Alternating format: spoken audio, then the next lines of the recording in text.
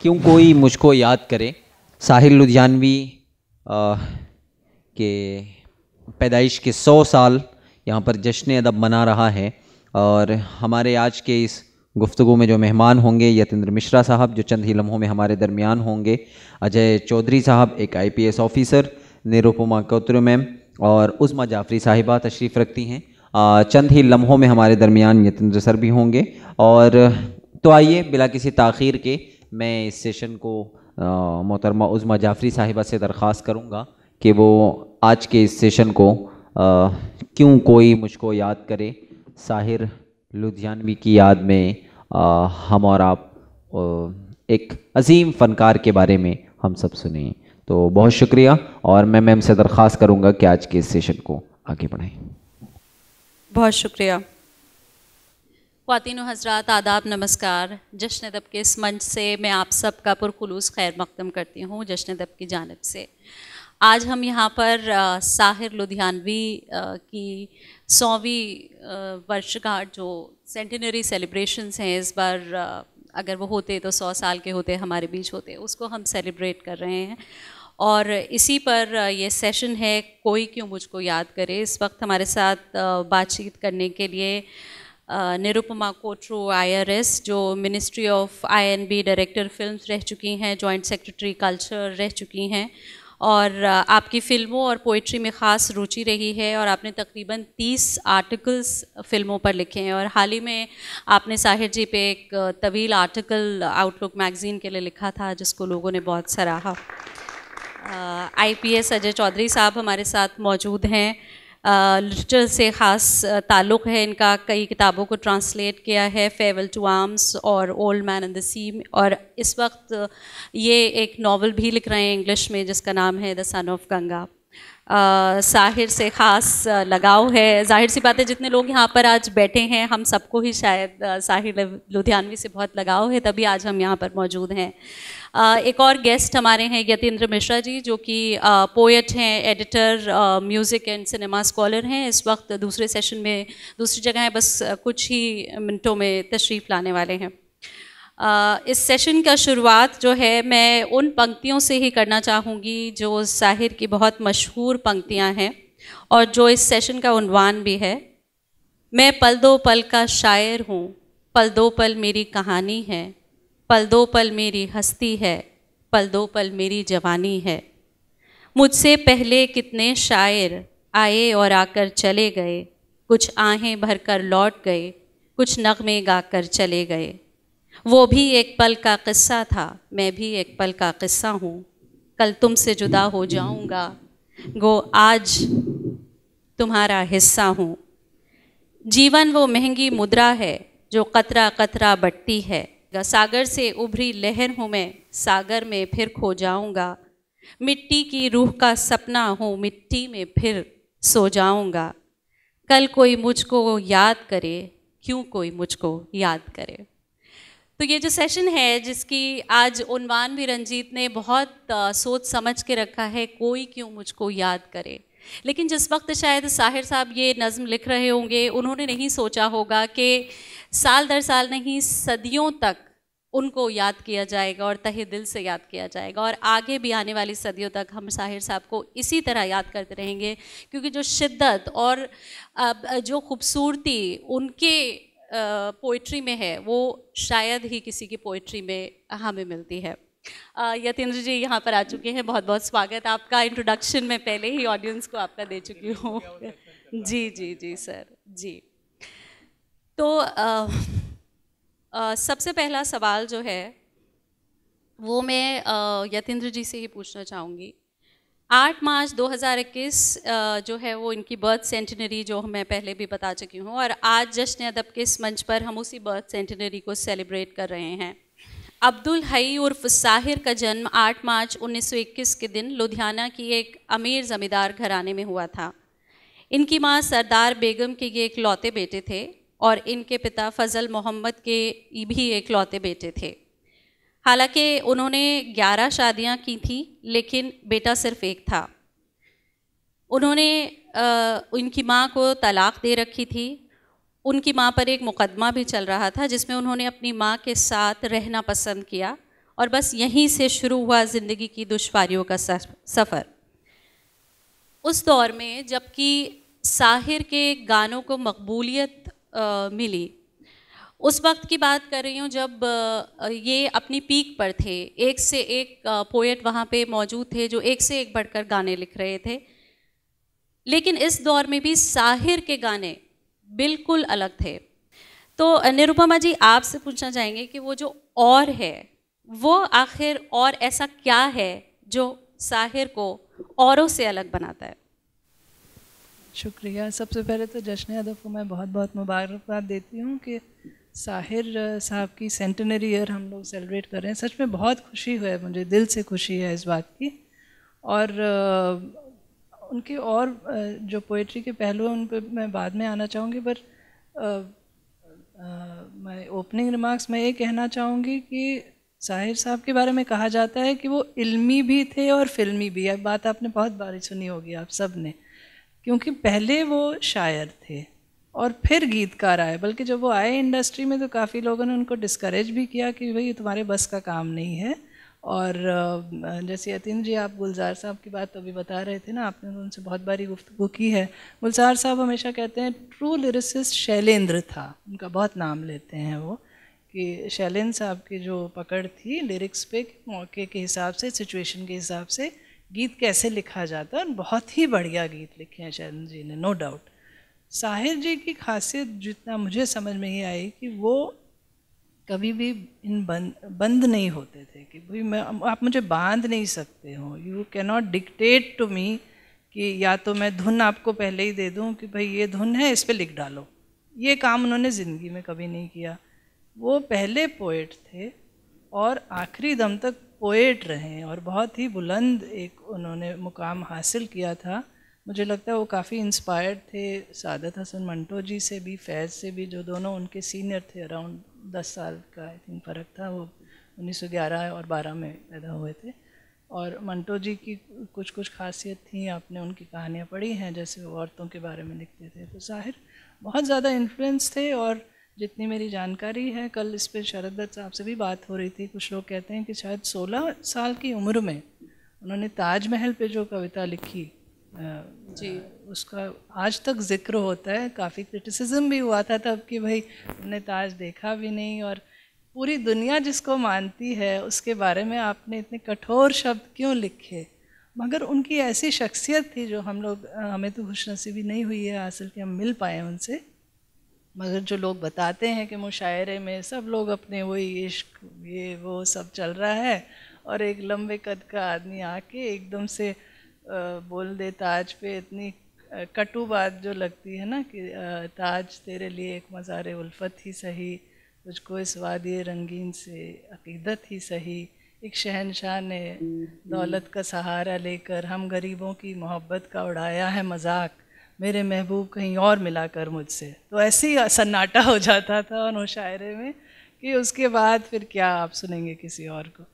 तो इस तरह की पर्सनैलिटी से, मतलब वो ऑलरेडी उनकी काफ़ी पोइट्री मानी जाने लगी थी, वो मुशायरों में जाते थे। तो जब वो फिल्म्स में आए, वो अपना, और उनकी एक, आप उसको सनक भी कह सकते हैं वो, और आपको पता भी है, तीन जी तो ज़्यादा जानते हैं, फिल्म स्कॉलर हैं, कि उनके एस.डी. बर्मन साहब से भी अनबन हुई, फिर बाद में ओ.पी. नैयर जी से भी हुई। अपने टर्म्स पे हमेशा उन्होंने काम किया और कितने ही म्यूज़िक डायरेक्टर्स को ब्रेक भी दी। एन दत्ता साहब को दी उन्होंने, और उसके साधना फिल्म शायद जी उनकी थी। और फिर जयदेव साहब, हम दोनों, एक एक गाना इतना ज़बरदस्त सुपर हिट एल्बम है वो। और खयाम साहब, उनको फिर सुबह होगी में ब्रेक दिया, जबकि राज कपूर के सबको पता है पसंदीदा म्यूज़िक डायरेक्टर शंकर जयकिशन थे, मगर इन्होंने मनवा लिया उनको, इनको डायरेक्टर को। और खयाम साहब की कभी कभी तो हम सब जानते ही हैं, इतना ज़बरदस्त एल्बम है।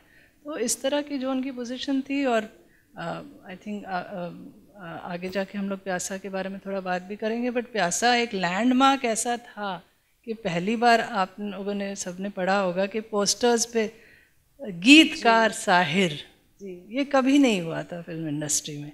गीतकार को इतनी इज्जत मिलना कभी किसने सुना नहीं था। संगीतकार तो थे, और वो भी आप सोचिए SD बर्मन दा की जितनी धूम थी, नाम था, सब इतना इज्जत करते थे, डर एक तरह से डर होता है ना, इतने सीनियर हैं तो उनके सामने खड़ा हो जाए गीतकार और बुलंद एकदम, तो उन्होंने बदल दिया। मतलब शिवा का गीतमाला, बिना का गीतमाला, दूरदर्शन, आकाशवाणी, सब जगह गीतकार साहिर, तो ये पोजीशन जो उन्होंने हासिल की ये सच में काबिल तारीफ़ है। और आज तक मुझे नहीं लगता कि साहिर से पहले और उनके बाद इस ऊंचाई तक कोई भी गीतकार फिल्म इंडस्ट्री जी, वो कहते हैं ना कि वो माउंटेन की बिल्कुल पीक पर बैठे हुए हैं। बिल्कुल। तो ये उनकी खासियत है और ये कोई मिटा नहीं सकता। इस सदी में क्या, मुझे लगता है बहुत अभी टाइम लगेगा ऐसा कोई शायर और गीतकार मिले आपको जिसकी इतनी ज़्यादा हम मतलब इज्जत के बिना रह ही नहीं सकते। हम जितना सोचते हैं, जितना समझते हैं, और भी गहराई में हम जा सकते हैं कि उन्होंने ये क्या लिखा, क्यों लिखा, कैसे लिखा, समझने को अभी बहुत है शायर। ये तो शुरुआत है हमारी। अजय जी, आपका लिटरेचर से काफ़ी गहरा ताल्लुक़ रहा है, आपने किताबें ट्रांसलेट की हैं। आपके लिए आपकी ज़िंदगी में शाहिर क्या क्या महत्व है? देखिए, सबसे पहले तो रस्म के तौर पर भी और वक्त की ज़रूरत के हिसाब से भी जश्न अदब का और आप लोगों का शुक्रिया। और जो जितने शायर के चाहने वाले यहाँ मौजूद हैं, मेरे भाई रमेश पांडे साहब बैठे हैं सामने, और सबसे बड़ी बात उनकी बिटिया बैठी है, नई जनरेशन बैठी है, तो सबसे सुकून की और ख़ुशी की बात यह है कि नई पीढ़ी भी शायर में रुचि रखती है, तन में बैठे हैं, और तमाम आप लोग आए हैं दूर दूर से चल के। अब रही बात यह कि मेरी ज़िंदगी तो बहुत मामूली सी है। शायर की जो इम्पोर्टेंस है, जो शायर की महत्ता है, वो पूरे समाज के लिए, इस देश के लिए और पूरी दुनिया के लिए है। हम लोग तो बहुत छोटे लोग हैं, और ये जो शीर्षक दिया है आप लोगों ने कि क्यों कोई मुझको याद करे, तो इसलिए ज़रूर याद करना पड़ेगा कि जो सवाल शायर ने 40s में, 50s में, 60s में और 70s में उठाए, वो सवाल अभी ख़त्म नहीं हुए हैं। इसलिए आप चाहें या न चाहें, आपको याद करना पड़ेगा। जो शायर की रेलिवेंस है, चाहे वो गरीबों की बात हो, किसानों की बात हो, मज़दूरों की बात हो, महिलाओं की बात हो, और उसके अलावा देश को बनाने की बात है, और देश को उस सांचे में बनाने की बात जिसमें कि भाईचारा, गंगा जमुनी तहजीब, मिलजुल के रहना, और शायर को जो अपनी संस्कृति पर अभिमान है, इस देश के ऊपर जो अभिमान है, वो आपको बहुत बड़े बड़े कवियों में, हिंदी में भी नहीं मिलता।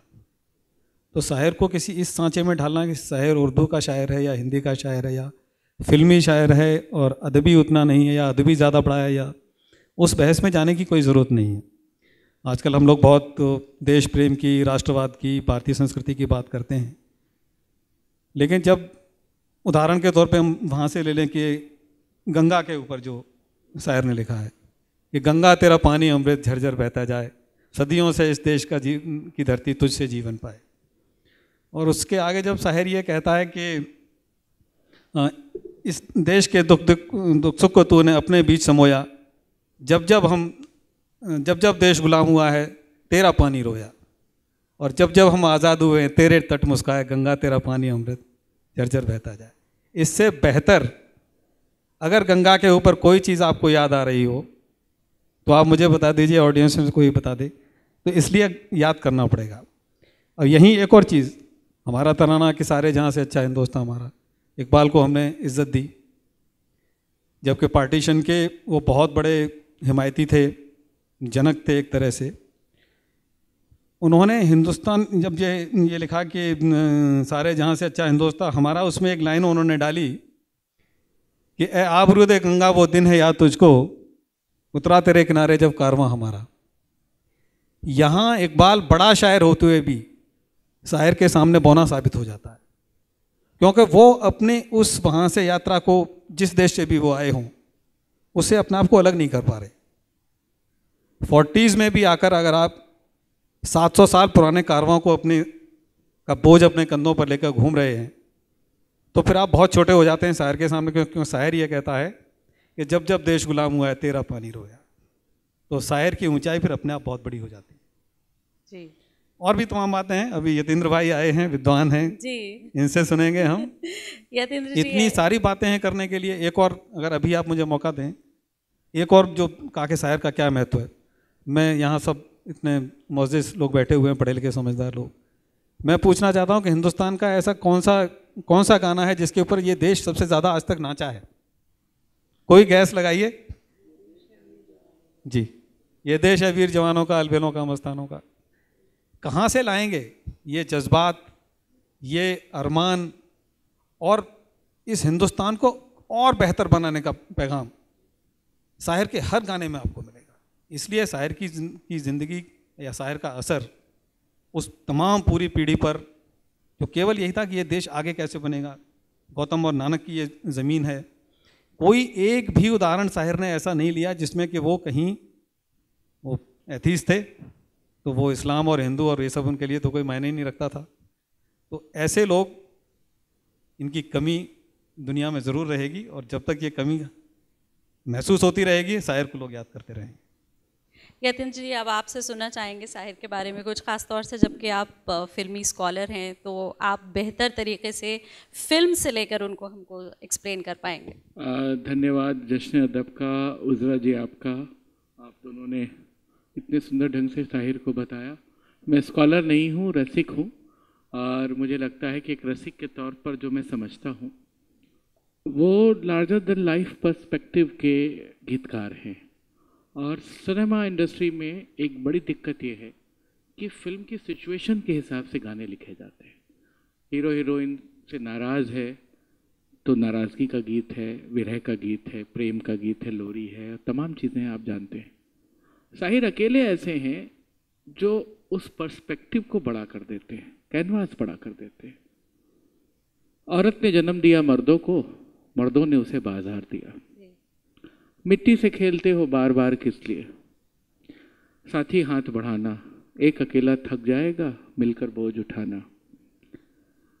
तू हिंदू बनेगा न मुसलमान बनेगा, इंसान की औलाद है इंसान बनेगा।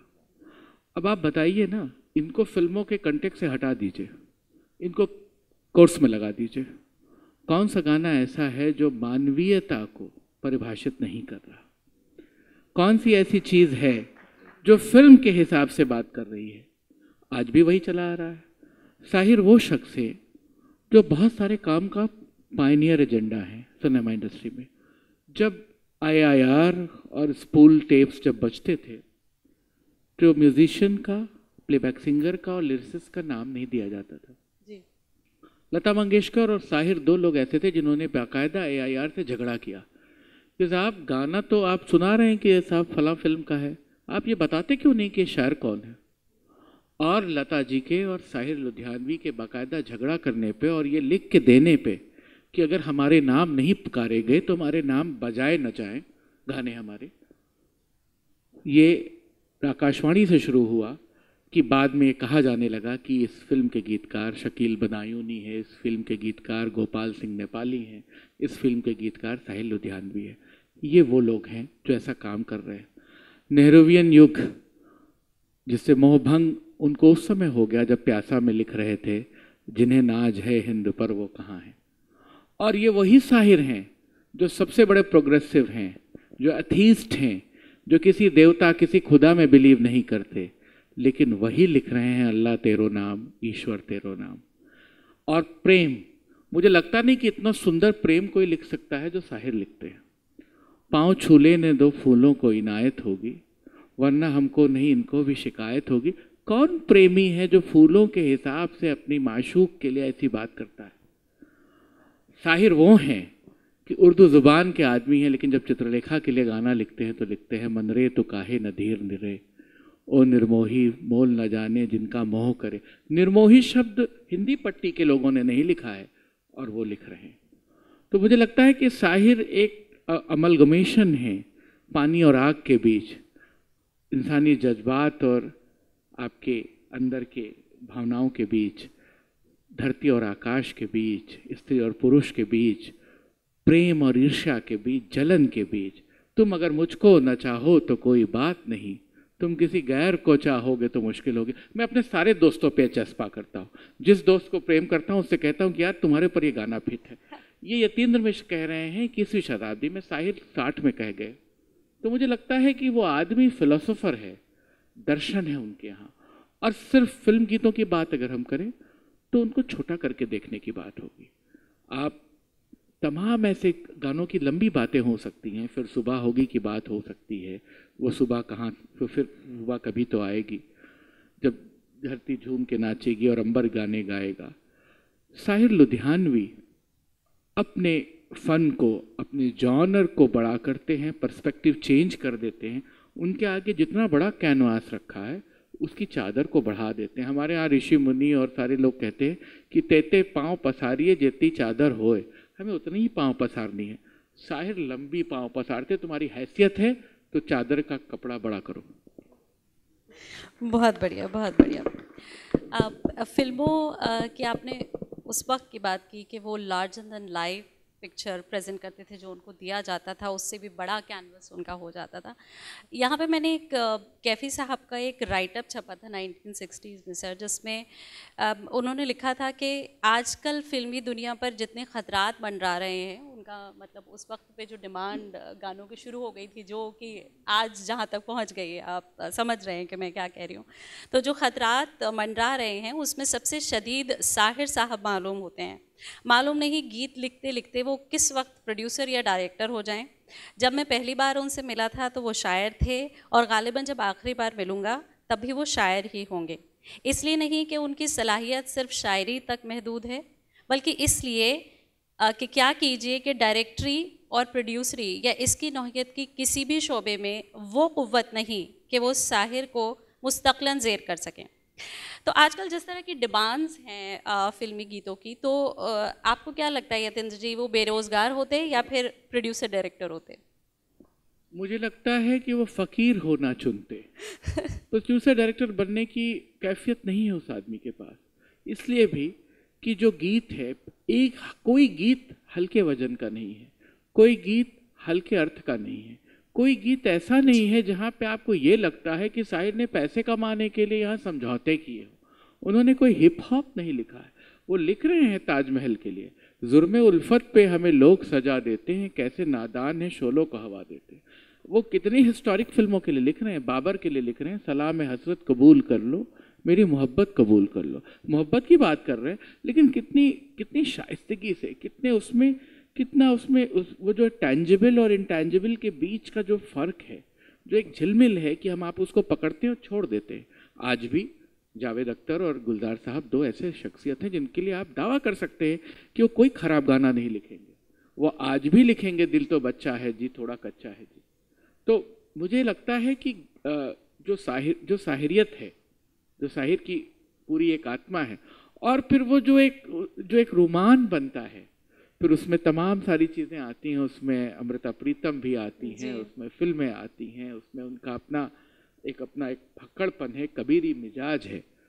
मुझे नहीं लगता कि वो प्रोड्यूसर डायरेक्टर बनते, और अगर वो प्रोड्यूसर डायरेक्टर बनते गलती से, तो क्षमा चाहते हुए कहूँगा कि वो बहुत असफल डायरेक्टर प्रोड्यूसर होते, जैसे ख्वाजा अहमद अब्बास हुए, कि उन्होंने कमर्शियल सेटअप की तो वो लिख दी बूट पॉलिश और जो है जिस देश में गंगा बहती है और आवारा, लेकिन जब अपने लिए बनाने लगे तो शहर और सपना, नीचा नगर और आसमान महल करने लगे।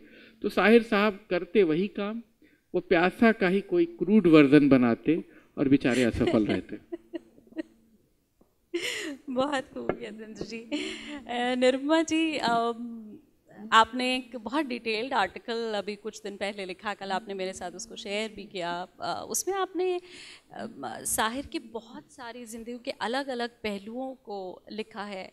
वो आर्टिकल हम चाहेंगे थोड़ा सा आप यहाँ डिस्कस करें। मतलब आपने कम से कम 10 या 12 तरह के साहिर उसमें दिखाए हैं। कुछ तो यतीन जी ने ऑलरेडी बताया। जो उन्होंने कहा ना, कोई भी गाना उनका हल्का नहीं था।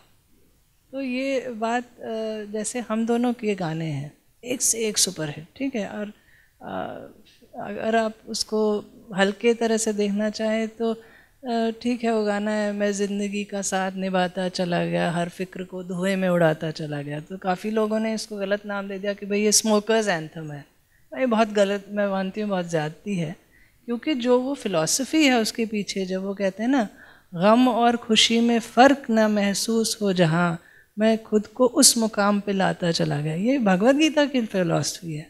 ये है कि कर्मण्येव अधिकारस्ते मा फलेषु कदाचन, ये है कि बुद्धिस्ट फ़िलॉसफी कि ना suffering, suffering is the cause of pain. जी, इतनी डीप वो बातें कहते थे और इतने सुपरहिट गाने। इसी फिल्म का दूसरा गाना है, मैं उसको समझती हूँ, इतना मुझे पसंद है हम दोनों का, जो कभी खुद पे कभी हालात पे रोना आया। उसमें एक शेर है, कौन रोता है किसी और की खातिर ए दोस्त, कौन रोता है किसी और की खातिर ए दोस्त, सबको अपनी ही किसी बात पे रोना आया। जब भी किसी की मैं मौत की खबर सुनती हूँ ना, खासकर कोई कहते हैं ना कि कोई बुज़ुर्ग थे, मेरी दादी थी, मेरे पिताजी थे, तो क्या सोचते हैं हम सबसे पहले, क्या हमें लगता है? हमें लगता है ओह मेरी दादी जब गुजरी थी मुझे कैसा लगा था, होता है ना। तो ये बात कैसे उन्होंने मतलब डाल दी और गाने में। अब मैं सोचती हूँ जब हम छोटे थे हम ये बातें समझते ही नहीं थे, इसलिए मैंने कहा शायर को समझने के लिए भी पूरी ज़िंदगी पड़ी है हमारे पास। एक वो फिल्म थी दिल ही तो है, ठीक है, उसका वो गाना आपने सुना है, बहुत ही प्यारा, मन्ना डे जी का, लागा चुनरी में दाग।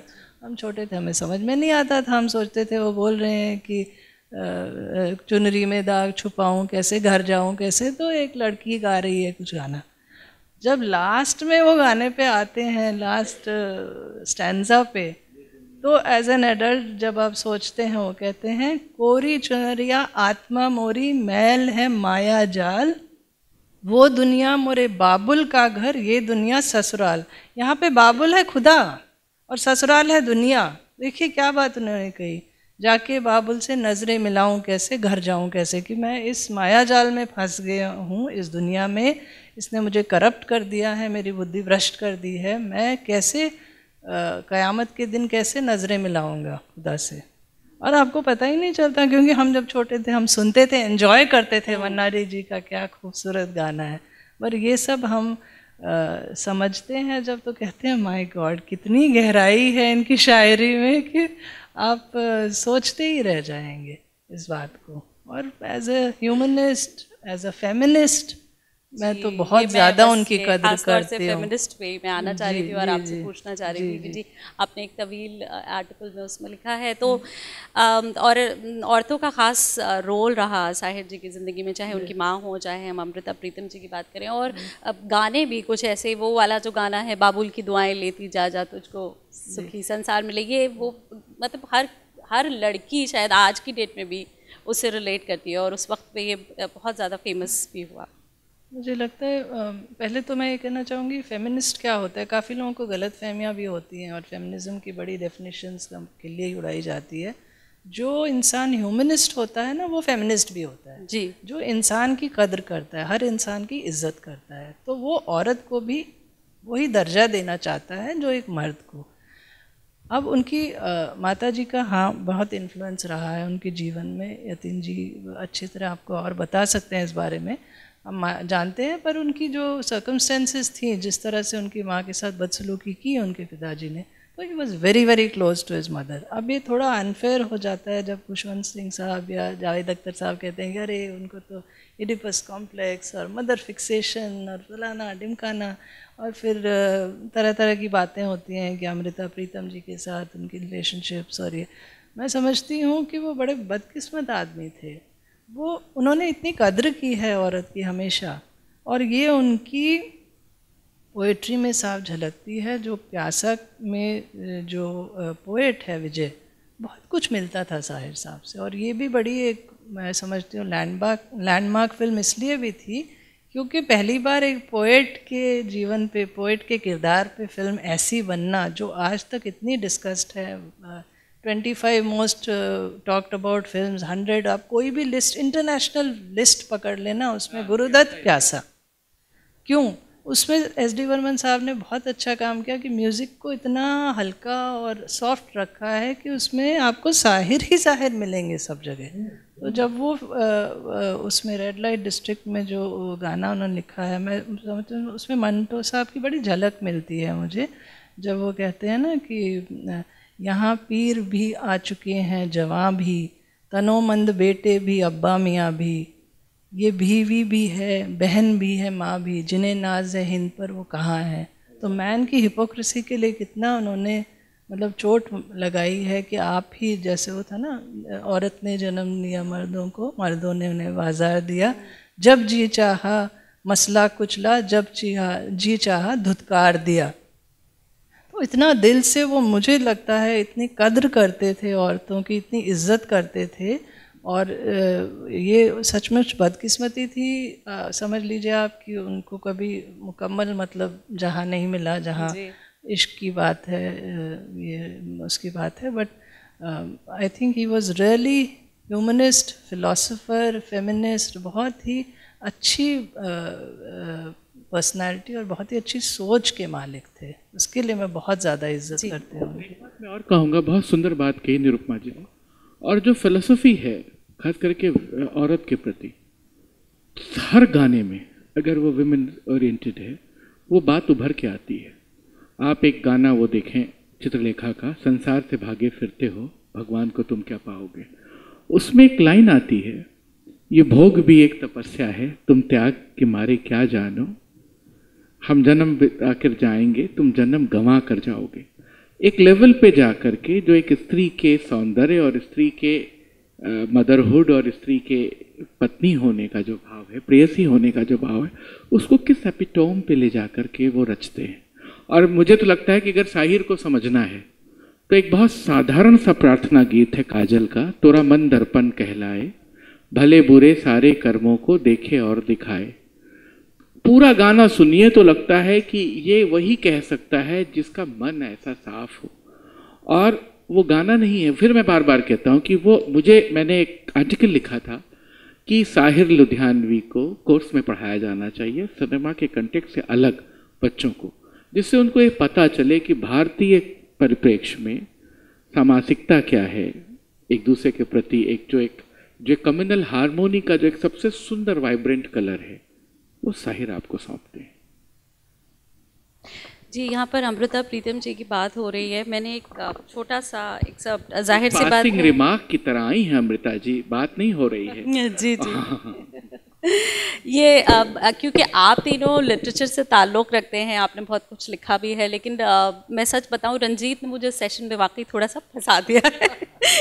तो मैंने तो जितना रिसर्च किया वो देख कर और थोड़ा सा लिखा है। तो बस वो एक यहाँ पर उनकी जो किताब थी रसीदी टिकट, उसमें उन्होंने अपनी मोहब्बत के बारे में थोड़ा बहुत लिखा है उनके साथ, साहिर जी के साथ। वो मैंने लिखा है यहाँ पढ़ने के लिए।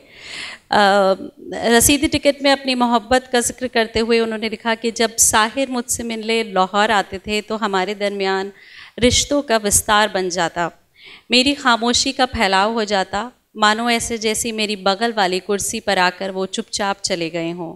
वो आहिस्ता से सिगरेट जलाते, थोड़ा कश लेकर उसे आधी छोड़ देते। जली सिगरेट को बीच में छोड़ देने की आदत सी थी साहिर में। अधजली सिगरेट को रख कर नई जला लेते थे, जैसे हमेशा कुछ बेहतर तलाश रहे हों। साहिर की अधूरी सिगरेट को संभाल कर रखना सीख लिया था मैंने।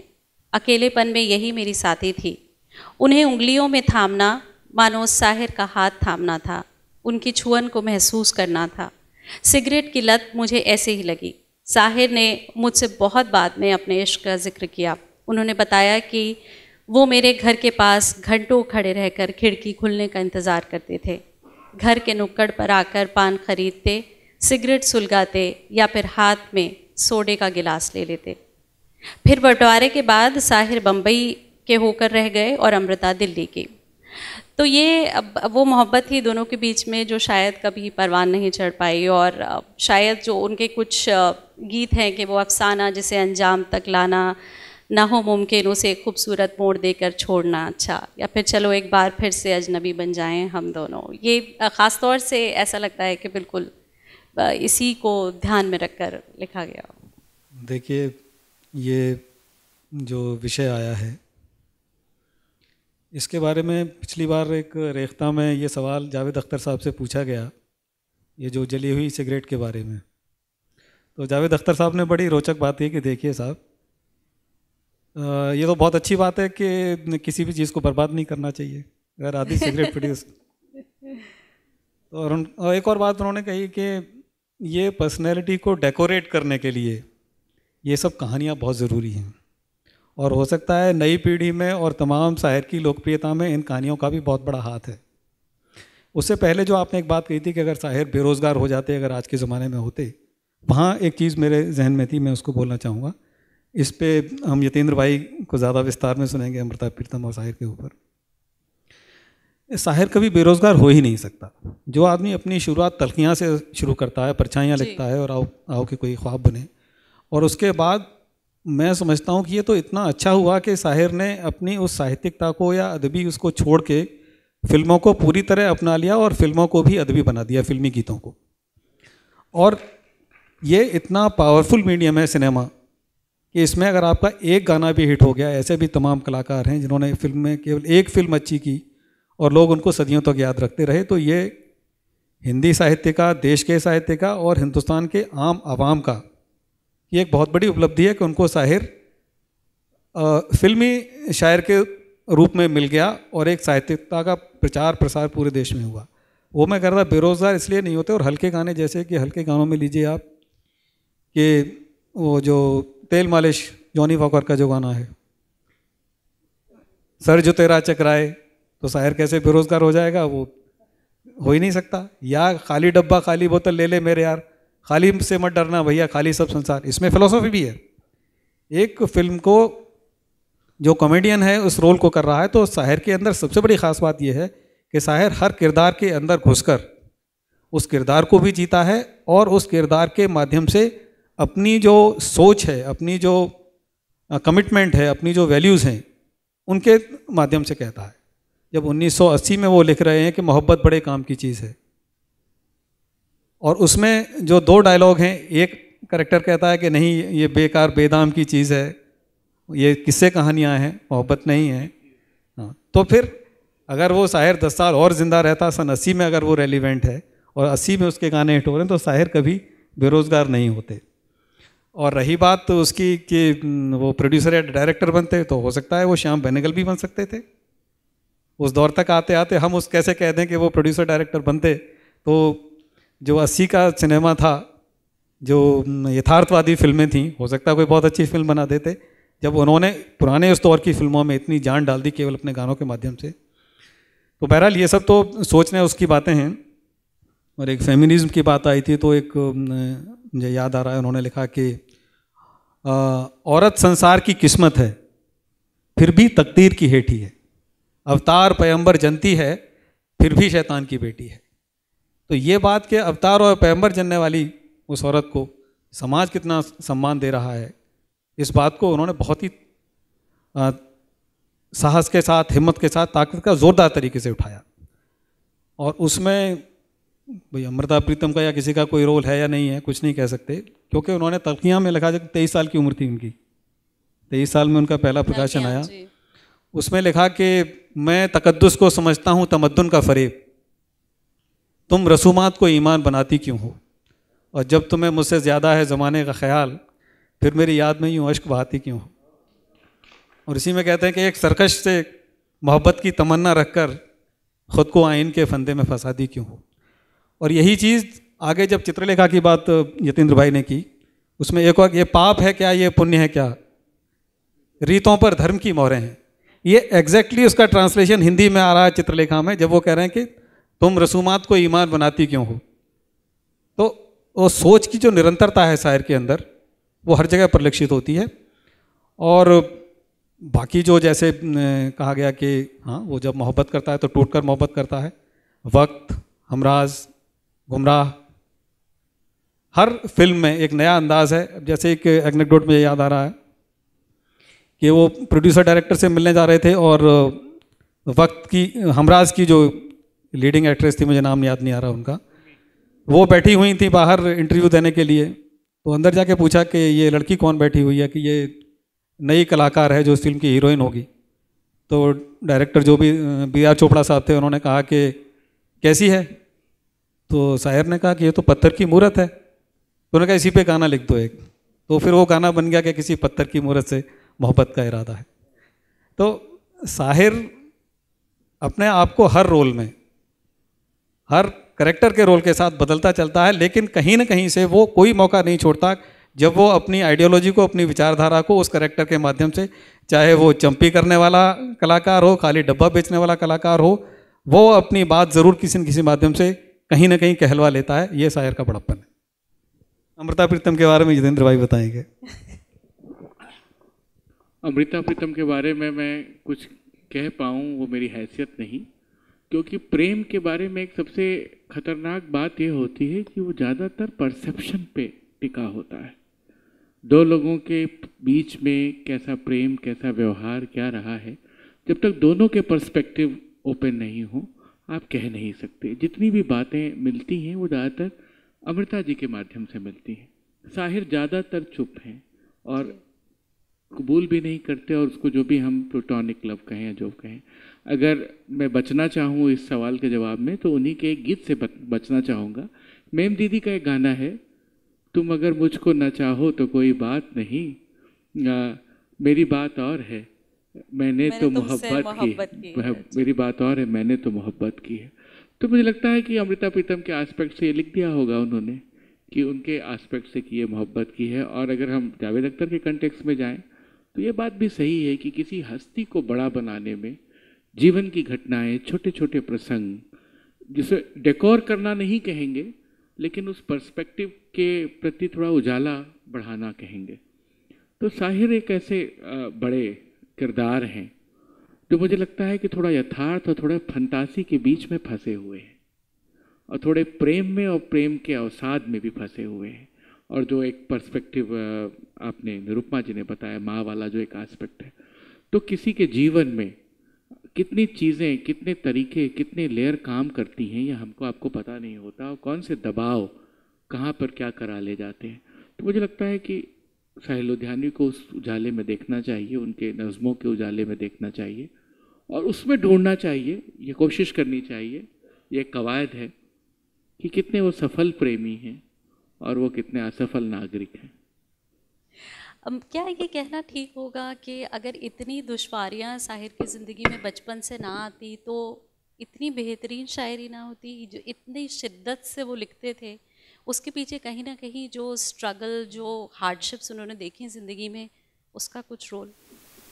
जैसे यतीन जी कह रहे थे ना, एक पर्सपेक्टिव एक चीज़ होती है। अब आप और मैं बैठ के ये सोचे कि अगर वो एक ज़मींदार के बेटे ना होते तो क्या होता, अगर मतलब ऐसे एक तरह से देखें तो उन्होंने मुफलिसी देखी ही नहीं, है ना। लेकिन जो कठिनाइयाँ उन्होंने अपनी माँ की ज़िंदगी में देखी, जिस तरह उनसे बदसलूकी की गई, उसका 100% उनके ऊपर असर बहुत ज़्यादा पड़ा है, ये बात तो तय है। और इसका चर्चा एक किताब में मैं पढ़ रही थी, शायद वो ये त्रिशूल का कुछ गाना उन्होंने जो वहीदा रहमान जी पे पिक्चराइज किया गया है, जो माँ स्ट्रगल कर रही होती है ना, उसको संजीव कुमार निकाल देता है वगैरह, तो उसके बहुत ही खूबसूरत लफ्ज़ है, मुझे भी याद नहीं आ रहे, बहुत ही मतलब उन्होंने ऐसी जी जी जी जी जी जी और मुझे जीने दो, हाँ तेरी बचपन को जवानी की दुआ देती हूँ, तो मैं, हाँ, तो इतनी गहराई थी। तो ये तो उनके इन्फ्लुएंस था ही, और जो उनकी ज़ाती ज़िंदगी भी है बहुत ज़्यादा, हमें, मुझे अच्छा भी नहीं लगता बात करना, मगर उन्होंने बहुत सारे दुख देखे। पहले ही जो उनकी ये कॉलेज में जिनको बहुत चाहते थे, उनकी ट्यूबरक्लोसिस से डेथ हो गई थी, शायद महेंद्र चौधरी शायद थी, और फिर एक और ईश्वर कौर थी। तो उन्होंने दुख काफ़ी देखे और यंग उम्र में देखे, वो हमेशा उनके साथ रहे। मगर ये भी कहा जाता है कि वो इतना दिलदार आदमी थे, इतने लोगों से उनकी जो दोस्तियाँ थी बहुत ही पक्की थी। और यतीन जी इस बारे में बता सकते हैं, जैसे वो होते हैं ना फिल्मों में, आप जानते हैं कैंप बन जाते हैं, और हुआ भी यही। अब जैसे राज कपूर जी का कैंप था या एस.डी. बर्मन जी का था, तो मगर इन्होंने अपनी धीरे धीरे कहीं ना कहीं अपनी राह भी बना ली, और फिर जब मन किया तो छोड़ भी दिया कि चलो छोड़ो, हमें नहीं काम करना, हम आपके साथ नहीं करेंगे, हमें जैसा करना है हम तो वही करेंगे। तो आई थिंक उनकी बड़ी यूनिक पर्सनैलिटी थी, और हर म्यूज़िक डायरेक्टर के साथ कुछ अलग ही ट्यूनिंग थी और ऐसी कमाल की थी, समझ में नहीं आता। मतलब इतने सारे म्यूज़िक डायरेक्टर्स, चाहे वो एन दत्ता हों, बिल्कुल ही अलग, ओपी नैयर, और एक ही साल में आप देखिए दो फिल्में, प्यासा और नया दौर, इतनी अलग। एक तरफ एस डी बर्मन जी की धुनें जो बाउल और इन संगीत से, फोक म्यूज़िक से है कनेक्टेड, उसमें है ना वो गाना भी है जो आज सजन मुझे अंग लगा लो, इतने सॉफ्ट गाने हैं प्यासा के, बिल्कुल म्यूज़िक में। और वहाँ वो ये देश है वीर जवानों का, और इतना रोबस्ट गाने, उड़े जब जब जुल्फ़ें तेरी, दिलीप कुमार साहब की पिक्चराइज। और अगले ही साल 1958 में मेरे ख्याल से एक तो ये फिर सुबह होगी भी आई थी, और धूल का पुल, और एक और फिल्म मुझे ध्यान नहीं आ रहा, पर चोपड़ाज के साथ उनकी काफ़ी सारी फिल्में आई।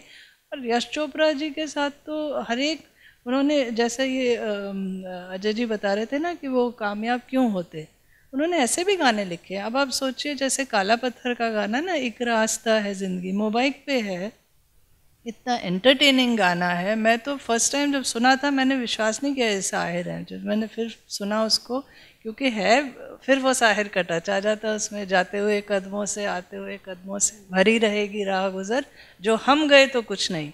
अगेन इतनी सिंपल फिलॉसफी, इतने सिंपल शब्द हैं, मगर इतनी बड़ी बड़ी बातें वो कह जाते हैं, हमें याद रहता है। एक रास्ता है ज़िंदगी जो हम गए तो कुछ नहीं, ये कदम किसी मुकाम पे जो थम गए तो कुछ नहीं। तो इतनी अच्छी बातें कही है उन्होंने। पर to go back to your question, मुझे लगता है हमें कभी भी जज नहीं करने की कोशिश करनी चाहिए कि वो एक आदमी ने, अगर वो दुखी था तो बेहतर शायर ही बन सकता है, या उसने कठिनाई नहीं देखी होती तो शायद इतने अच्छे शायर नहीं होते। हर एक की सर्कमस्टेंसेस डेफिनेटली उसके काम को इन्फ्लुएंस करती है, मगर शायर उससे ऊपर उठ सकते थे, मैं हमेशा ये मानती हूँ। चाहे वो जहाँ होते, जैसे होते, वो ज़रूर कुछ ऐसा लिखते कि आप याद करते उनको।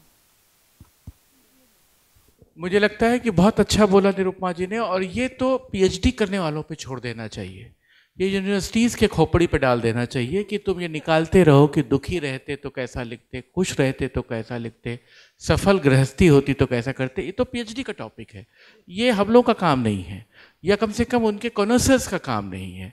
आप देखिए जो एन दत्ता की बात आपने की, सारे एक्सपेरिमेंटल म्यूजिक डायरेक्टर्स जो शायद पैसे भी उतने नहीं देते थे, क्योंकि म्यूजिक डायरेक्टर ही लिरिसिस्ट चुनता था। फिल्म इंडस्ट्री की शुरू से यह रवायत रही कि एक कैंप होता था, तो कैंप के बैनर में म्यूजिक डायरेक्टर प्राइमा फेसी वो एक बड़ा नाम होता था, लेकिन म्यूजिक डायरेक्टर ही तय करता था कि लिरिसिस्ट कौन होगा साथ में। जयदेव, खयाम, एन दत्ता, ऐसे लोग जिनको हार्डली फिल्में मिली हुई हैं, और साहिर मौजूद हैं, और पूरा पूरा एलपी। शगुन एक फिल्म है, मुझे लगता है कि साहिर को समझने के लिए शगुन एक बहुत बड़ा मुकाम है। पर्वतों के पेड़ों पे शाम का बसेरा है, चंपई उदाला है, सुरमई अंधेरा है, या तुम अपना रंजो गम अपने परेशानी मुझे दे दो। अब ये जो वो सबसे खूबसूरत गाना मुझे लगता है, बुझा दिए हैं खुद अपने हाथों मोहब्बतों के दिए जलाकर।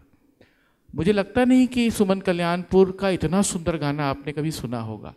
खुद आदमी कह रहा है कि बुझा दिए हैं खुद अपने आँख। तो और फिर वही बात कि आप किसी को सुना दीजिए किसी महफिल में, फिल्म भूल जाएगी, आपको कहानी का प्लॉट नहीं याद होगा, आपको एक्ट्रेस जल्दी याद नहीं आएगी, लेकिन फिल्म है, गाने हैं, अमर हैं। तो मुझे लगता है कि साहिर को उनके फिलोसॉफिकल टोन में पकड़ने की ज़रूरत है, और उनके अपने मौज में कि मुझे जो काम समझ में आएगा मैं करूँगा, बैनर कोई हो, एक्टर कोई हो, म्यूज़िक डायरेक्टर कोई हो, और मेरे अपने मीटर का काम। और जो गुलजार साहब कहते हैं, बार बार कहते हैं कि उनको उनके शर्तों पे अपनाया गया, ट्यून पे काम नहीं किया, जो शुरुआत में ही आपने बोला। उन्होंने गाना लिख के दे दिया, आपकी गरज है तो आप ट्यून बिठाइए। शायद ही कोई गीत उनके उसमें जीवन में होगा जो ट्यून पे वो मिसरा बिठा रहे होंगे। ये मुझे लगता है कि सिर्फ 2 राइटर्स को ये कैफियत हासिल थी, पहली पंडित प्रदीप को और दूसरी साहिल लुधियानवी। क्योंकि खुद अनिल विश्वास कहते हैं कि जब मुझे गाने मिले, दे दी हमें आज़ादी और ये सारे किस्मत का गाना, दूर हटो ए दुनिया वालों हिंदुस्तान हमारा है, मीटर पे नहीं आ रहा था। तो ये हुआ कि साहब मीटर पे लिखे, तो बोला प्रदीप मीटर पे नहीं लिखेंगे, प्रदीप गाना लिखेंगे, आपको म्यूज़िक डायरेक्टर चेंज करना है क्या? तो फिर अनिल विश्वास को उनके साथ मीटर बिठाना पड़ा और उनका लिखा हुआ पपीहारे मेरे पिया से कही हो जाए। तो एक पूरा एक सोशियो पॉलिटिकल स्टडी है सिनेमा की कि प्रदीप के बाद सीधे साहिर है, उसके बाद कोई नहीं है जिसने गाना लिखा है, उसके बाद ट्यून बनी।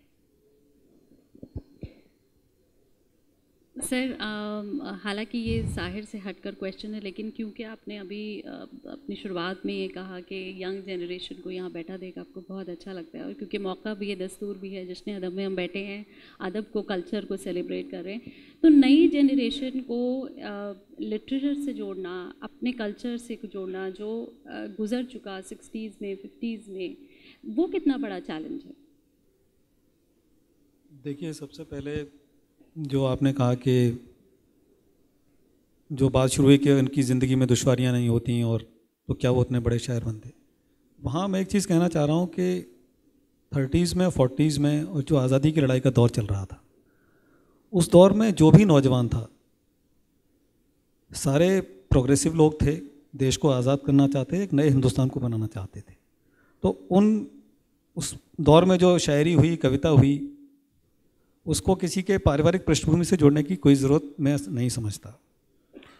और शायर की पूरी शायरी में और शायर के पूरे जितना भी कलाम है उसमें सबसे अहम चीज़ जो दिखाई पड़ती है वो ये है कि देश की कितनी बड़ी चिंता है, चाहे फिल्मी गाने हों या उससे पहले। अब चूँकि परेशानी उसकी ख़ैमे की बात हुई कि कौन सा किस ख़ैमे का लेखक है, कवि है, ये तमाम समस्याएं भी मैं तो समझता हूँ ये एक समस्या ही है कि अगर लेखक और कविजन भी बट जाएंगे कि कौन दक्षिणपंथी हैं, वामपंथी हैं, मध्य मार्गी हैं, कैसे हैं, तो बड़ी मुश्किल होती है। लेकिन शायर में जो सबसे चीज़ जो अपील करती है और जो नई पीढ़ी को भी अपील करती ही है, तो एक वो गाना याद आ रहा है कि दीदी फिल्म का, जो बहुत आजकल बहुत वायरल हो रहा है कि अपने वतन में स्कूल के टीचर और बच्चों के माध्यम से जो संवाद हो रहा है, तो बच्चे उसमें पूछते हैं कि आपने जो हमें पढ़ाया उसमें तो हमने दूसरे तौर ही देखे। तो सुनील दत्त साहब उस फिल्म के हीरो हैं, वो कहते हैं कि मैंने तुमको जो भी पढ़ाया उसमें कुछ भी झूठ नहीं, और भाषा से भाषा है जुदा, इसका मतलब फूट नहीं। फिर बच्चे सवाल करते हैं, बच्चे फिर आगे पूछते हैं कि एक इंसान ब्राह्मण क्यों है, एक इंसान हरिजन क्यों है, एक की इतनी इज्जत क्यों है, एक की इतनी ज़िल्लत क्यों है। तो फिर शायर ने फिर जवाब दिया कि धन और ज्ञान को ताकत वालों ने अपनी जागीर कहा, और गुलामी और मजदूरी को कमज़ोरों की तकदीर कहा, और धन और ज्ञान को अपनी जागीर कहा। फिर उसमें फिर बच्चों के और सवाल हैं, तो फिर वहाँ कहते हैं कि कब जाएगा नया दौर पुराना, कब आएगा नया ज़माना। ये सारी चीज़ें उसमें फिर जवाब आप देखिए कितनी पॉजिटिविटी है, कितनी सकारात्मकता है उस आदमी की सोच में कि सदियों की भूख और बीमारी क्या एक दिन में जाएगी, इस उजड़े गुलाब पर रंगत आते आते आएगी, और नवयुग आप नहीं आएगा, नवयुग तुम ही लाओगे। ये जो नई तस्वीरें हैं और नई तामीरें हैं, ये आने वाले कल की कुछ धुंधली धुंधली तस्वीरें हैं। तो वो हिंदुस्तान को बनाने की बात, और ये एक गाने में नहीं है, आप उनकी तमाम रचनाओं में। तो ये चीज़ आज हिंदुस्तान के बच्चे इस चीज़ को समझते हैं कि हम देश को कैसे बेहतर बना सकते हैं, कैसे भाईचारा, मेल जोल, अपनापन, और वो चीज़ें कहीं जो हमारे आज के संवाद में हो सकता है कहीं पीछे छूट रही हों, तो उन चीज़ों को ज़िंदा रखना वो शायर की शायरी से ही मुमकिन है। तो वो सोच, और जैसे नया दौर के गानों का जिक्र किया आपने, और जो दूसरी जैसे जंग के खिलाफ बात होती है, ज़रूर आपके सवालों में रखा होगा कि अमन के लिए, तो वो कहते हैं कि इसके ताशकंद समझौते के बाद जो लिखा उन्होंने कि टैंक आगे बढ़ें या पीछे हटें, कोक धरती की बाँझ होती है, फतेह का जश्न हो या हार का सोग, ज़िंदगी मैयतों पर रोती है। तो उसी तरह से परछाइयाँ में जब बार बार के तसव्वुरात उभरते हैं, तो शुरुआत होती है जो कि इश्क से होती है, इस पेड़ के नीचे हम लोग मिलने आए हैं, फिर हमारी किस्मत ये मिलना हो या ना हो, और चलते चलते बात जब ख़त्म होती है तो वही ख़त्म होती है कि जंग की जो विभीषिका है, युद्ध की जो विभीषिका है, जिसमें जो दुनिया का नुकसान होता है, शायर बात करते करते इश्क से कब दूसरे डोमेन में, विश्व शांति और के क्षेत्र में घुस जाते हैं। तो वो शायर की बहुत बड़ी एक उपलब्धि है हर जगह। और उसी तरह से किसान की बात, मज़दूर की बात, नए साल का जश्न मनाने की बात, एक 26 जनवरी पर उन्होंने लिखा कि ये वो शहर तो नहीं। तो अब जैसे कि मैं नए साल की बात कर रहा था, उसमें उन्होंने लिखा कि कार के पीछे बच्चे भाग रहे हैं अपने फोड़ों को सहलाते, जर्द गदागर बच्चे सुबह निकल पड़े हैं, जश्न मनाओ नए साल का। तो शायर कहता है कि नए साल का जो जश्न है, और ख़ास तौर से नई पीढ़ी अगर कहीं इस बात को सुन रही है, आप लाखों करोड़ों रुपए रात को 12 बजने के लिए फूंक देते हैं, और क्या आपको वो कारों के पीछे बिलबिलाते हुए और फोड़ों को सहलाते हुए जो बच्चे शायर को दिखाई देते थे, वो हम लोगों को दिखाई नहीं देते, नई पीढ़ी को दिखाई नहीं देते? लेकिन वो संवेदना क्यों मर रही है? उस संवेदना को ज़िंदा रखने के लिए जश्न अदब, और क्यों कोई शायर को याद करे, इस तरह के प्रोग्राम्स के माध्यम से इन चीज़ों को बार बार कहना, रीट्रेट कराना। और अकेले शायर ने नहीं, शायर के साथ साथ और भी जो उनके कंटेम्प्रेरीज थे, जैसे फैज़ साहब का नाम आता है, मजाज का नाम आता है। मजाज ने भी लिखा, औरतों की आज़ादी के लिए लिखा कि तेरे माथे का पे आंचल बहुत ही खूब है, लेकिन तो इस आंचल से एक परचम बना लेती तो अच्छा था। तो मजाज भी लिख रहे हैं, फैज़ भी लिख रहे हैं, जोश मलियावादी भी लिख रहे हैं। और मजरूह सुल्तानपुरी को तो हमेशा ये शिकायत रही कि मैं फैज़ से बड़ा शायर हूँ, और फैज़ का ज़बरदस्ती नाम हो गया। मेरा दीवान जो पहले लिखा है मैंने, प्रोग्रेसिव जो मेरी राइटिंग है, उसको पढ़ के देखिए, बड़ा झगड़ा था इस चीज़ का। तो एक तो यह बात कि इनमें आपस में कोई बड़ा नहीं है, छोटा नहीं है। और शकील बदायूनी ने, हसरत जयपुरी, राजेंद्र कृष्ण, ये सब लोग बहुत अच्छा लिख रहे हैं। शैलेंद्र जी का आपने नाम लिया। इसके अलावा एक सबसे अच्छी चीज़ जो मैं देख पाता हूँ शायर में, वो ये है कि बंटवारा हुआ, और बंटवारे में उनकी माँ दिल्ली में थी, उनको रिफ्यूजी कैंप में भेज के लाहौर भेज दिया गया। ये मुंबई से दिल्ली आए, ढूंढते फिर रहे हैं कि मेरी माँ कहाँ है। पता लगाते लगाते, लोकेट करते करते लाहौर पहुँच गए। वहाँ दोस्तों ने कहा कि अब तुम क्या करोगे, जाके तुम यहीं रुक जाओ। रुके वहाँ 1 साल। सवेरा में कोई आर्टिकल लिख दिया तो निज़ाम वक्त को, उस दौर के जो भी शहंशाह रहे होंगे, पाकिस्तान के बादशाह रहे होंगे, राष्ट्रपति जो भी, तो उनके खिलाफ वारंट निकाल दिया। तो भेष बदल कर अपनी माँ को लेके वो आदमी हिंदुस्तान में आता है। ये हिंदुस्तान की खूबसूरती है, इस देश की जो सबसे बड़ी ताकत है कि ये तस्लीमा नसरीन को भी पनाह देता है। और जोश मलियावादी का किस्सा तो आपने सुना होगा। जोश मलियावादी हर बार ये बात कहते थे, उनके बड़ा कि आपको यहाँ प्लॉट दे दिया, सिनेमा हॉल दे दिया, फिल्म एकेडमी का डायरेक्टर बना दिया, लेकिन एक ही बात कहते थे कि मैं हिंदुस्तान तब तक नहीं छोड़ूंगा जब तक नेहरू जी जिंदा है। मैं नेहरू को क्या मुंह दिखाऊंगा। तो शायर लुधियानवी लौट कर आते हैं, और आने के बाद प्रकाश पंडित जी के घर में रुकते हैं, और जब मुंबई पहुंचते हैं संघर्ष करने के लिए, तो कृष्णचंद्र के बरामदे में सोते हैं कई साल। मजाज हार के लौट जाते हैं लखनऊ या दिल्ली वापस, लेकिन शायर अपने संघर्ष को जारी रखते हैं। तो लेकिन तमाम इतने तजुर्बात जो उन्होंने कहा कि दुनिया ने तजुर्बात व हवादिस की शक्ल में जो कुछ मुझे दिया है वो लौटा रहा हूँ मैं, ये डेडिकेशन है उनका। जो पहला शेर है उसका तलखियाँ का। लेकिन वो तजुर्बात व हवादिस, माँ को कैंप के थ्रू भेजा गया पाकिस्तान में वारंट निकला, और तमाम जो बंटवारे के समय जो खून खराबा हुआ, लेकिन वो आदमी कहीं बिटर नहीं होता अपनी कविता में। वो कभी हिंदुस्तान की नीयत या हिंदुस्तान के लीडरान या हिंदुस्तान के डेमोक्रेटिक सेटअप पर निराश नहीं होता। वो कहता है, नए दौर में जो कहता है कि साथ ही हाथ बढ़ाना, मिलकर बोझ उठाना। तो ये निगेटिविटी शायर के अंदर कभी नहीं आती, वो शायर को अमर करती है और शायर को पल दो पल का शायर नहीं रहने देती। और वो हम्बल भी बहुत है। आपने देखा होगा अक्सर गालिब और नासिर काज़मी ने भी कह दिया कि नासिर ये कौन शेर हो मोती से आबदार, सुनने मैंने किया बहुत देर झांकनी। लेकिन शायर कहता है कि पल दो पल मैं कुछ कह पाया, पल दो पल मैं कुछ कह पाया, इतनी ही सादत काफ़ी है, पल दो पल तुमने मुझको सुना, इतनी ही इनायत काफ़ी है। तो शायर अपने आप को महान घोषित नहीं करता। तो ये शायर के कुछ ऐसे पहलू हैं जिन पे मैं कहना चाह रहा था। बाकी आप अगर पूछेंगे तो बताइए। सवाल आपने जो किया था कि युवाओं में अवेयरनेस के लिए, मैं इसमें थोड़ा तल्ख और बदतमीज़ हूँ, माफ़ी चाहते हुए। मैं ये कहना चाहता हूँ कि कोई शायर, कोई अदब, कोई कलाकार, कोई अदीब लिख सकता है, अपनी बात कह सकता है। उसका ये काम नहीं है कि वो ये बताए समाज को जाके कि भैया पढ़ो, विद्वान बनो, संस्कारवान बनो। ये समाज का काम है, ये पेरेंट्स का काम है, ये शिक्षकों का काम है, ये संस्थान का काम है कि आपके आगे जो बेस्ट है उसको प्रोड्यूस करे, बताए।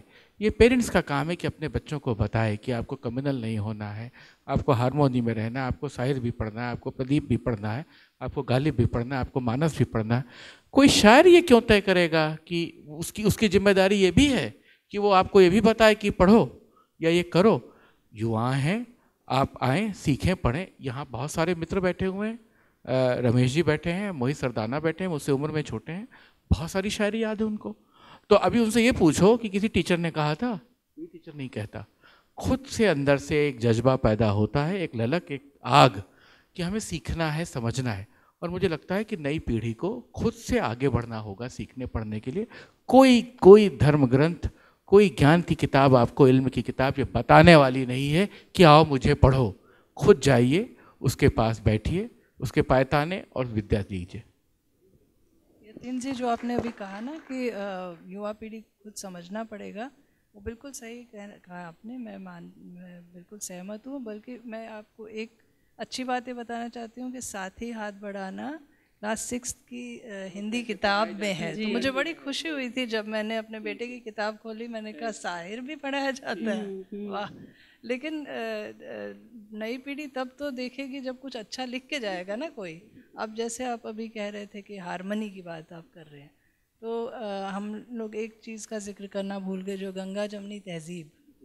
जो ज़रूरी नहीं है कि आप एक मतलब चिल्ला के कहें, जो शायर का अंदाज़ था। हम लोग वो बरसात की रात में कैसे भूल गई नाम लेना, रोशन जी का संगीत, जो शुरू होती है कवाली यहाँ से, ना तो कारवां की तलाश है, ना तो हम सफ़र की तलाश है, मेरे शौक़े खाना ख़राब को तेरी रह गुज़र की तलाश है। और कहाँ मोड़ के वो ले जाते हैं अमीर खुसरो के पास, बहुत कठिन है डगर पनघट की, अब क्या भर लाऊं मैं जन्मा से मटकी। और आगे फिर कहते हैं, जब जब कृष्ण की बंसी बाजी, निकली राधा सज के, ज्ञान अज्ञान का राग बुलाकर, लोक लाज को तज के, बन बन डोली जनक दुलारी, पहन के प्रीत की माला, दर्शन प्यासी मीरा रानी, पी गई विष का प्याला, और फिर अर्ज करी कि लाज राखो मेरे घूंघट पट की। इतना खूबसूरत लिखा है उन्होंने और इतनी अच्छी तरह लिखा है, तो इतना मेलोडियस गाना है वो। तो ये सब वो इतना कुछ छोड़ के गए हैं नई पीढ़ी के लिए कि वो समझें, अपने लोगों की इज्जत करना समझें, सभी लोगों की मुझे इस वक्त इशारा मिल चुका है कि बस सेशन का वक्त खत्म हो गया। हम क्यों कोई मुझको याद करे, ये मौजूद था। दे दीजिए जो आगे जी ने छोड़ा। जी सर, ज़रूर। उसमें फिर ये कहा कि अल्लाह और रसूल का फरमान इश्क है, अल्लाह और रसूल का फरमान इश्क है, और ये कायनात इश्क है, और गौतम और मसीह का अरमान इश्क है। यानी इश्क मंसूर है। और आगे, हाँ पूरा याद नहीं आ रहा अभी मुझे। हाँ आप बताइए, आपको याद आ रहा है। आज़ाद है हिंदू ना मुसलमान है इश्क, आप ही धर्म है और आप ही ईमान है इश्क, जिसके आगे नहीं शेख हो ब्राह्मण दोनों, उस हकीकत का गरजता हुआ ऐलान इश्क। वाह, बहुत खूब। तो कव्वाली हो, भजन हो, देश प्रेम की कविताएं हों, बच्चों के गाने हों, मेरे घर आई एक नन्ही परी, और बच्चे मन के सच्चे, उसके अलावा तू हिंदू बनेगा ना मुसलमान बनेगा। ये मैं ख़त्म कर दूंगा उसमें एक चीज़ कि जिस इल्म ने इंसान को तकसीम किया है, उस इल्म का तुझ पर कोई इल्ज़ाम नहीं है। कितनी बड़ी बात है। और इसी ज़मीन पे राहत इंदौरी साहब का एक शेर मैं आपको याद दिला दूं, वो मशहूर नहीं हुआ और कैसे कट्टरपंथियों की निगाह में नहीं आया, आगे चल के शायद आएगा। उन्होंने लिखा है कि जहालतों के अंधेरे मिटा के लौट आया हूँ, जहालतों के अंधेरे मिटा के लौट आया हूँ, मैं सारी किताबें जला के लौट आया हूँ। तो ये जो उस इल्म का तुझ पर कोई इल्ज़ाम नहीं है, ये सब वही सोच है कि ये इल्म हमें कहीं ना कहीं बांटता है, दूर करता है, कितना जोड़ रहा है इसका असेसमेंट एक बार ज़रूर होना चाहिए। Thank you. बहुत खूब। और देखें वाकई वक्त का पता नहीं चला और क्यों कोई मुझको याद करे। ये 1 घंटा हमने साहिर को पूरा याद करा, कहाँ ये 1 घंटा गुजर गया। और मेरे ख्याल में जो लोग साहिर को पढ़ना चाहते हैं, वाकई साहिर की ज़िंदगी को समझना चाहते हैं, उनके लिए पूरी ज़िंदगी भी कम है। मेरा अनुरोध रंजीत से ये रहेगा कि आगे इस तरह के सेशंस का वक्त 2 घंटे या उससे ज़्यादा रखा जाए, क्योंकि मुझे कई बार इशारा मिल चुका है और बस इस सेशन को वक्त की नज़ाकत देखते हुए मुझे लगता है कि भरपूर प्यास बुझा देने से बेहतर है थोड़ा प्यासा छोड़ दिया जाए। मैम वक्त की नज़ाकत है, लेकिन फिर भी मैं चाहूँगी कि आप बस 2 पंक्तियाँ साहिर की गुनगुना दें, जो भी आपकी फेवरेट हो, कुछ भी जो आपको पसंद हो। इसको यहीं पे फिर इससे ख़त्म करेंगे। जो सेशन का आज हमारा नाम है, मैं पल दो पल का शायर हूँ, उसका एक स्टैंजा सुना देती हूँ। आखिरी 2 स्टैंजा जो हैं। मुझसे पहले कितने शायर आए और आकर चले गए, कुछ आहें भर कर लौट गए, कुछ नगमे गा कर चले गए। वो भी एक पल का किस्सा थे, मैं भी एक पल का किस्सा हूँ, कल तुमसे जुदा हो जाऊँगा, वो आज तुम्हारा हिस्सा हूँ। मैं पल दो पल का शायर हूँ, पल दो पल मेरी कहानी है, पल दो पल मेरी हस्ती है, पल दो पल मेरी जवानी है। और आखिरी एक अगर आप इजाज़त दें तो। कल और आएंगे नगमों की खिलती कलियां चुनने वाले, मुझसे बेहतर कहने वाले, तुमसे बेहतर सुनने वाले। कल कोई मुझको याद करे, क्यों कोई मुझको याद करे, मसरूफ़ ज़माना मेरे लिए क्यों वक्त अपना बर्बाद करे। मगर अंत में मैं हर एक पल का शायर हूँ, हर एक पल मेरी जवानी है, हर एक पल मेरी हस्ती है, हर एक पल मेरी जवानी है। बहुत खूब, बहुत खूब। और बहुत शुक्रिया आप तीनों का कि आपने अपने कीमती वक्त में से वक्त निकाला और यहाँ पर आकर जश्न अदब के मंच पे हमारी ऑडियंस से रूबरू हुए। ख्वातीन हज़रात, आपका भी बहुत बहुत शुक्रिया इस सेशन का हिस्सा बनने के लिए। उम्मीद है फिर से हम एक और सेशन साहिर का, और बहुत तवील सेशन, एक मेरी गुजारिश रहेगी रंजीत से कि वो रखें अगले पोइट्री सीज़न में साहिर के ऊपर। बहुत बहुत शुक्रिया आप सब लोगों का, बहुत बहुत शुक्रिया। शुक्रिया, मेहरबानी उज़्मा। दरअसल मसरूफ़ ज़माना अभी भी वक्त बर्बाद करता है उन लोगों के लिए जो ज़माने के लिए कुछ करके गए, जो हमारे दर्द पे एक मरहम बनकर अपना हाथ रख कर गए। और हम लोग फिर याद करेंगे साहिर को इंशाअल्लाह, और उनकी ज़िंदगी के अलग अलग पहलुओं को लेंगे। और ये सेशन कब गुज़र गया पता ही नहीं चला। और ये नौजवान क्यों जुड़ेंगे इसका जवाब इस यहाँ पर भी है कि जो सीटें दस्तियाब हैं सारी की सारी भरी हुई दिख रही हैं। तो मैं तमाम लोगों को शुक्रिया अदा करता हूँ जश्न अदब के सदर के तौर पे। और मेमेंटो एक मैं पेश करना चाहूँगा, और ये सारे हमारे मोहसिन लोग हैं। जितेंद्र भाई क्या दिखाएगा, मैंने फोटो स्किप कर दिया इनका।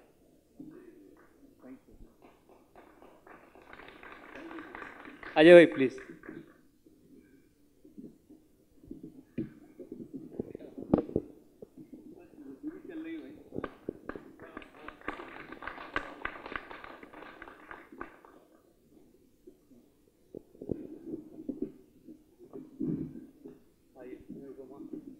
ज़माने से आपका भी साथ चल रहा है।